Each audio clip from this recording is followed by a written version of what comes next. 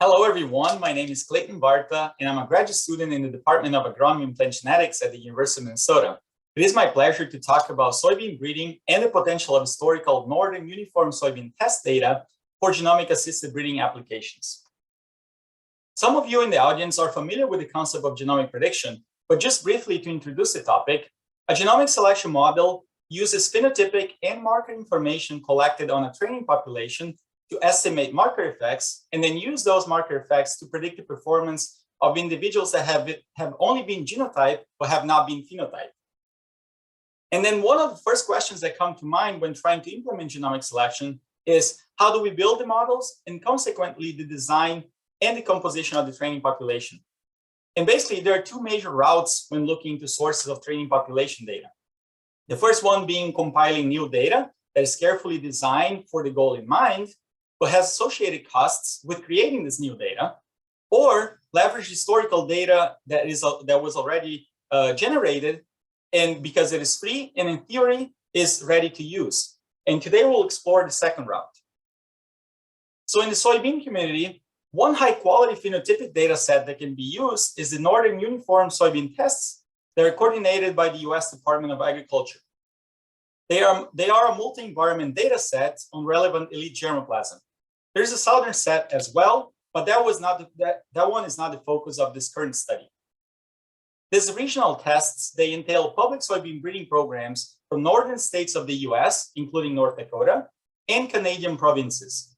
And it is a community effort to share testing resources and the ability to test the lines in more environments.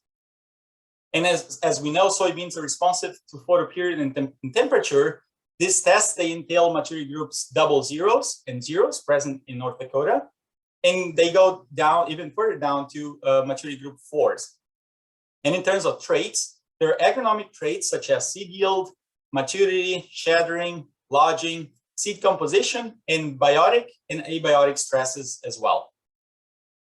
So the overall objective of this project is to connect phenotype to genotype and elevate the regional trials as a resource to build genomic selection models, and meanwhile, also study the genetic structure and diversity of this breeding germplasm. So what data were we able to rescue? We were able to rescue phenotypic data dating back to 1993, or 28 years worth of historical data, and more than 8,000 unique breeding lines. The soybean lines, they are grouped into tests, and the tests are determined, one, by their maturity group and by the stage that the lines are in the breeding pipeline. Molecular marker information was collected as well on more than 2,500 unique breeding lines using an Illumina genotyping array with 6,000 markers, is known as SoySNP6K. With just a quick, simple principal component analysis of the marker information from the 6 maturity groups, this principal component analysis shows a gradient of separation between early lines on the left side and late maturity groups in the right side. However, the absence of clear cluster separation shows that breeders exchange germplasm and design the crosses across maturity groups. After presenting the data that we were able to rescue, you might be asking, what results have we found? A series of genome-wide association studies were performed for quality control, and they indicate that there's signal in this data set. They identified peaks for agronomically important traits. They overlap with known QTLs reported in the literature. For example, the E3 for height, the E2 and E3 for maturity, a known QTL on chromosome 5 for iron deficiency chlorosis, and W1 for flower color. We also use the fixation index, FST, as a genetic diversity metric to investigate the divergence between different maturity groups, with a separation of early, so double zeros and zeros, and late maturity groups, 3s and 4s. The largest peak on chromosome 10 collocates with the E2 locus, and which is a major locus associated to days to maturity, physiological maturity in soybeans. We also use the marker information grouped by breeding program to build a tree of relatedness among the North American soybean breeding populations by state or province, inferred by a tree mix analysis. And this tree mix analysis approach enables looking into drift parameters and intermigration events among breeding populations. The arrows in the first chart are colored according to their weight and correspond to the direction of migration. And in the second chart, residuals above 0 represent populations that are more closely related to each other in the data than in the maximum likelihood best fit tree.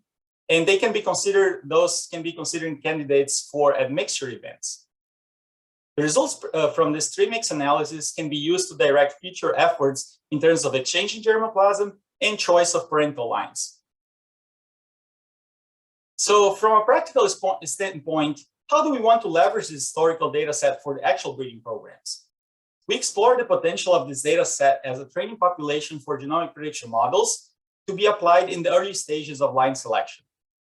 Initially, just from a tenfold cross-validation, we found intermediate to high predictive abilities that are demonstrated in violin plots with an average predictive ability of 0.65 for seed yield. And one trend in soybeans that I would like to acknowledge today is that early lines will inherently have lower yield due to a shorter growing season. Therefore, with the predictions, we do not want to just tell breeders what maturity group their lines belong because they have that information. And therefore, we investigated the potential of this data set to predict within a single test with the lines from the same maturity group, because that's where selections are actually made in practice. So for example, we use all historical data collected, except the new lines that belong to a test that we would like to predict their performance. This approach is a leave one test out cross-validation scheme, and the results reported here are from the past 3 years in tests that had at least 20 lines genotyped. And this reason was to have a sample size that will provide, that is large enough that it can provide meaningful information in terms of the linear correlation obtained from this data. And the prediction accuracies presented here in this chart, they were obtained by dividing the predictive ability by the square root of the phenotypic reliability of each of those tests. And the confidence intervals that are presented, they were obtaining by bootstrapping method. And from the results here, we can see that we do well most of the time, but sometimes not so well, and there's room for improvement in that case. So one way to improve the prediction accuracy is the use of training population optimization genetic algorithms that maximize the relatedness between the target set and the training population. And I also would like to emphasize the importance of having a streamlined workflow for data storage and decision support, and that we are including a training population optimization step. So we're including those algorithms in this workflow that we are developing and using at the University of Minnesota Soybean Breeding Program. So another major task of high importance for breeders is the design of new breeding populations with superior progenies for complex traits. And a superior progeny mean is obtained by high mean, and the mean then being the mean of this superior progeny, being the mean of the two parents that is also associated with a high useful genetic variance. And when we expand this to a multi-trait scenario, we can investigate a correlated superior progeny mean that's presented down in the slide. And in this case, we are looking into, besides the high mean and the genetic variance, we are looking, or we would like to see a high genetic correlation when traits are favorably correlated. That will be desirable. And in the case of unfavorably correlated traits, which is the case of seed yield and protein in soybeans, or grain yield and plant height in maize, a null genetic correlation is desired, and this will define the usefulness of a new breeding population.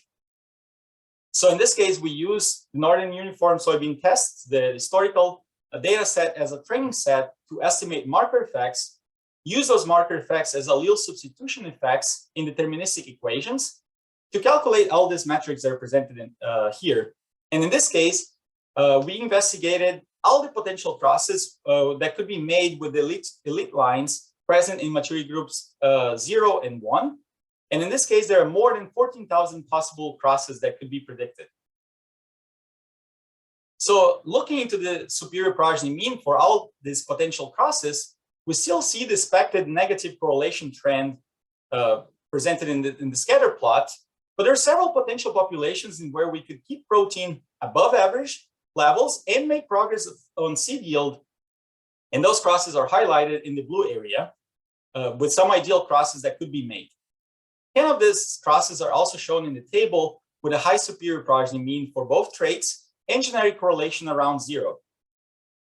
However, there are constraints in practical breeding programs due to seed availability, access to germplasm, or defensive traits. And here's a list of the actual crosses that were made at the University of Minnesota.